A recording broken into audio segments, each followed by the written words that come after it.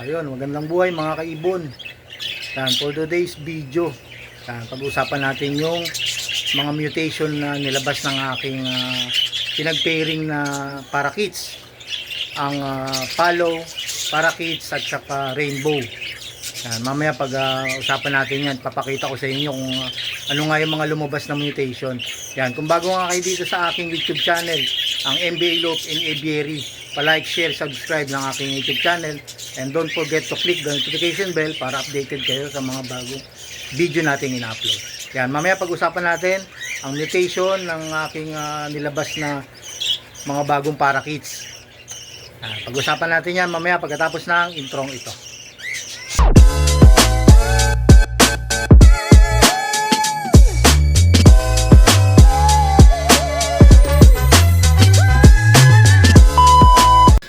Welcome back mga kaibon. Yan, bago natin pag-usapan yung mga mutation na nilabas ng aking mga parakeets. Yan, bali ako nag-exhibition breeding. Yan, nag-ano tayo ng ibang mutation at nagbaka sakali makakuha tayo ng mga magagandang mutation at yun nga, nagkataon na meron tayong nakuhang rare mutation na napalabas natin sa aking regional. Siyempre lahat naman tayo gustong magkaroon ng kakaibang ibon sa nagkataon na talagang itong mga breed ko na Palo at Rainbow ay naglabas ng ganong mutation. Yan, mamaya titingnan natin yung mutation na yon kung ano nga yung mga itsura. Yan, papakita ko nga sa inyo yung mga itsura na yun. Mga kaibon, bago natin pag-usapan nga yung pinag-pairing natin na Rainbow at saka Palo. Yan, bisita muna tayo sa mga bagong pisa natin mga parakeets. Yung mga mutation na pinag-pairing natin na mga nagpisaan na uli. Ayun nga mga kaibon, ito yung pinagparis natin na na green opaline, yellow face. Yan, ito yung cock. Bali ito yung hinantid ko na nagka-splay leg, naayos na yung kanyang paa na ituwid na dahil nga dun sa inano natin na leg correction yung nilagay natin, nabili natin sa Shopee. Yan, bali ito na siya. Yan, green opaline. Tapos ang pares niya ay Lutino. Yan. Ito yung kapares niya, Lutino. Tapos ito na yung mga inakay nila, kaso ang nilabas lahat walang red eye. Bali dito yata to sa sa cock, sa tatay ang mutation, pero makikita nyo parang may puti-puti nga yung kanilang anak. Bali yan, apat lang yung itlog nila. Napisa naman 100% pisa, napisa yung itlog. Yung pinakahuli, yung pinakamaliit na kanilang pinisa. Yan, bali ulitin ko ulito hanggang third clutch para masubukan natin makapagpalabas tayo ng ng red eye. Yan, kasi itong apat na inanak nila wala tayong nakuwang red eye. Subok ulit tayo. Pero maganda tong cock kasi ito yung in-display, nagka-display leg, tapos anak siya ng Hago breed na blue opaline. Yan, tapos ipinares ko rin sa Rainbow, kaya ito ang nilabas niya, yellow face, green opaline. Yan. Yan, tingnan naman natin yung iba pang ibang nagpisaan na mga breeder ko. Ayun mga kaibon, dito naman tayo sa pairing ko na full body gray wing na crested yung cock. Yan, tapos ipinares ko sa Palo na albino. Yan, check natin kung napisa na nga yung kanilang itlog. Bali, katukin muna natin.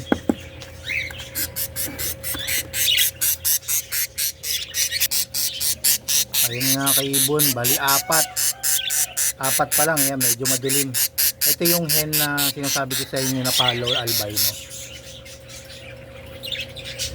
Yan, apat pa lang. Siguro mga pa yan, mga ilang days pa bago mapisa. Yan, check naman natin yung iba pang iba pang mga ano. Ito yung sinasabi ko sa inyo na full body gray wing na crested na white face ang cock na pinares ko. Tapos itong ano naman, itong Palo albino, bali ang magulang nito is ano, crested din na ang tatay ay Palo, tapos yung nanay naman ay albino. Yan. Kaya ang ginalabasan niya Palo albino. Yan. Bali ano yan, 5 silang magkakapatid, tapos 4 ang napisa.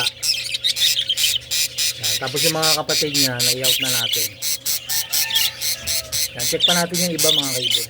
Ito naman kaibon yung rainbow natin, violet. Yan. Yan yung cock. Tapos check natin yung itlog nila kung napisa na. Bali ano na to, pangalawang clutch na. Yan, yung unang clutch na i-vlog ko naman yan, na ano ko na sa video. Bali ito, check na natin yung pangalawang clutch nila. Pero bago natin buksan, kailangan natin kumatok para nga kung meron pang hindi napipisa, hindi mabasag. Kasi nga pag nagulat, naitatalsik yung itlog. Yan, check natin. Ayun, may napisa na 3. Yan, meron pa siyang 4. May 4 pa na hindi napipisa. Siguro mga ilang linggo pa mapipisa yan. Yan, sana puro ano, magaganda ang nilabas. Yan, check pa natin yung ibang ano, ibang itlogin ko. Ayun nga mga kaibon, ito naman yung isang pairing ko na ano, na normal green na prillback. Yan. Tapos ang pinares ko ay albino. Yan, check natin kung yung ilan na ba yung napisa. Yan, bali pangalawang clutch na to. Yung unang clutch nila, 2 lang yung nabuhay. 6 yung itlog, 2 yung nabuhay. Pero ito, check natin. Yan, katok muna tayo.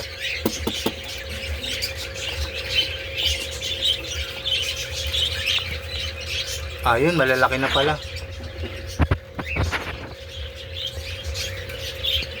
Yan. 6 yung initlog nila. Ngayon meron pang 2. Siguro baka hindi na mapisa to. Ayun, ito yung bago. Yung pangatlo, yung medyo maliit. Possible. Puro ano to, sa tatay ang ano. Kasi wala akong nakikitang ano, red eye doon sa tatay ito. Sana makapagpalabas tayo ng ano, prillback. Bali itong albino ay ano rin to, hago breed din to, kaso hindi siya hindi siya nagpakita ng mayroon siyang crested or prillback.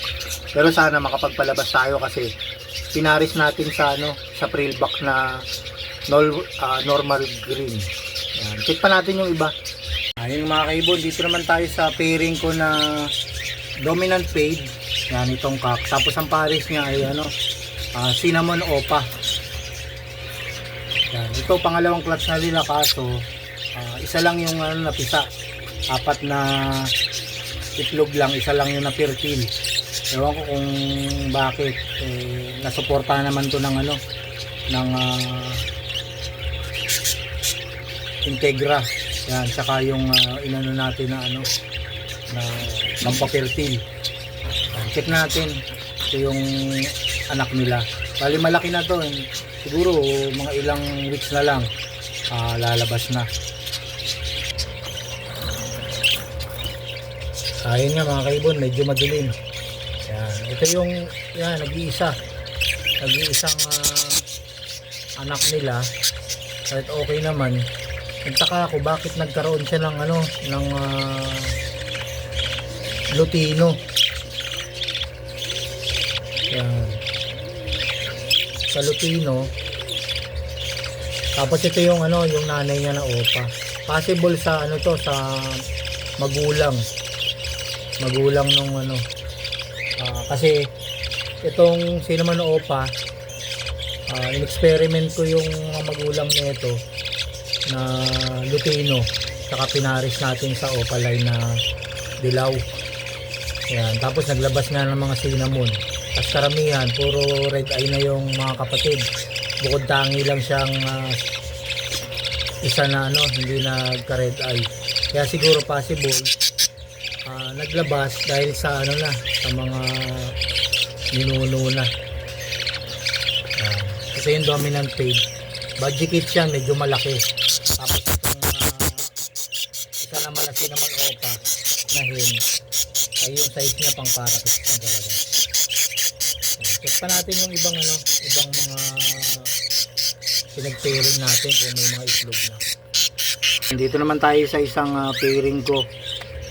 Check natin kung kung may itlog na uli sila.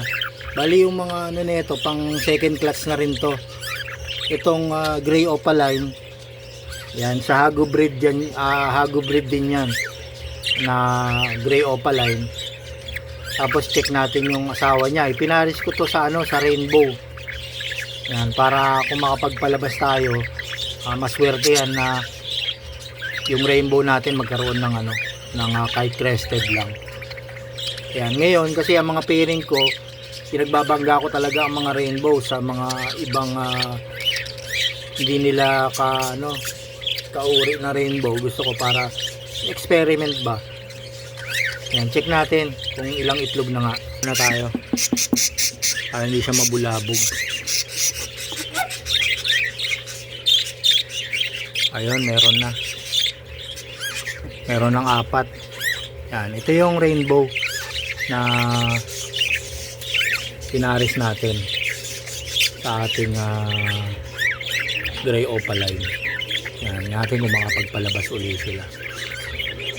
Yan, check pa natin mga kaibon yung iba pa nating breeder sa talagang nag-iitlogan na sila.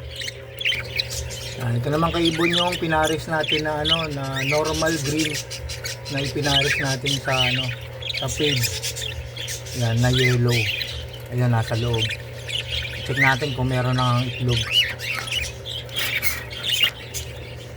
Yan, katok muna tayo.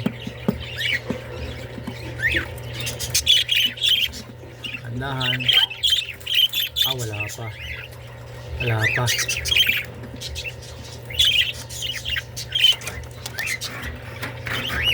Yan, siguro mga ilang linggo pa yan kasi kita ko hindi na lumalabas yung hen eh. Yan, check pa natin yung iba. Ito nga kaibon, itong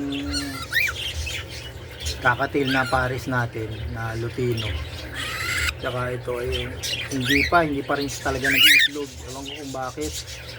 Siguro babaklasin ko na lang uli para ipares na lang uli sa iba. Hindi tayo makapagpaano, swertehin na makapagpapisa. Nag-iitlog lang sila kaso pinabasag. Yeah, siguro nga dahil nga stress siguro ang ibon.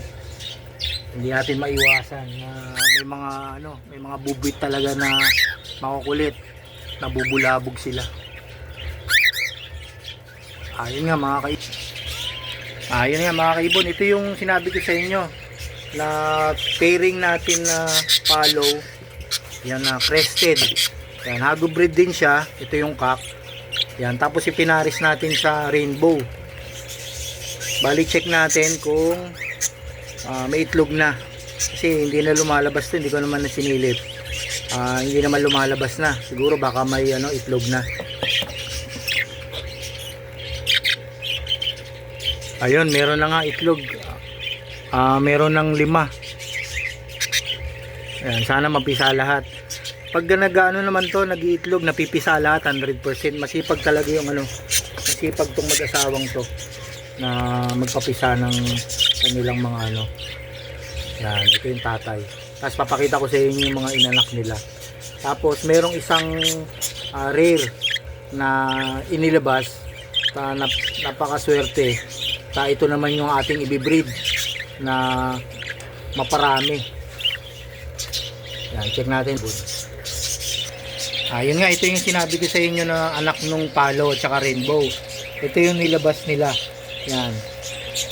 Dalawang green opaline, tapos 4 na yan, 4 na may red eye. Bali ang inanak niyan, initlog ay pito. Yan, 100% na pisa. Yan. Ito yung anak. Yan. Itong palo na crested. Tapos itong Lutino na crested din. Tapos itong Lutino rin na isa. Tapos isang cinnamon, tsaka dalawang green opaline, tsaka cinnamon opaline. Yan. Yan, kita nyo magaganda yung kanilang mga inanak at mga solid. Yan.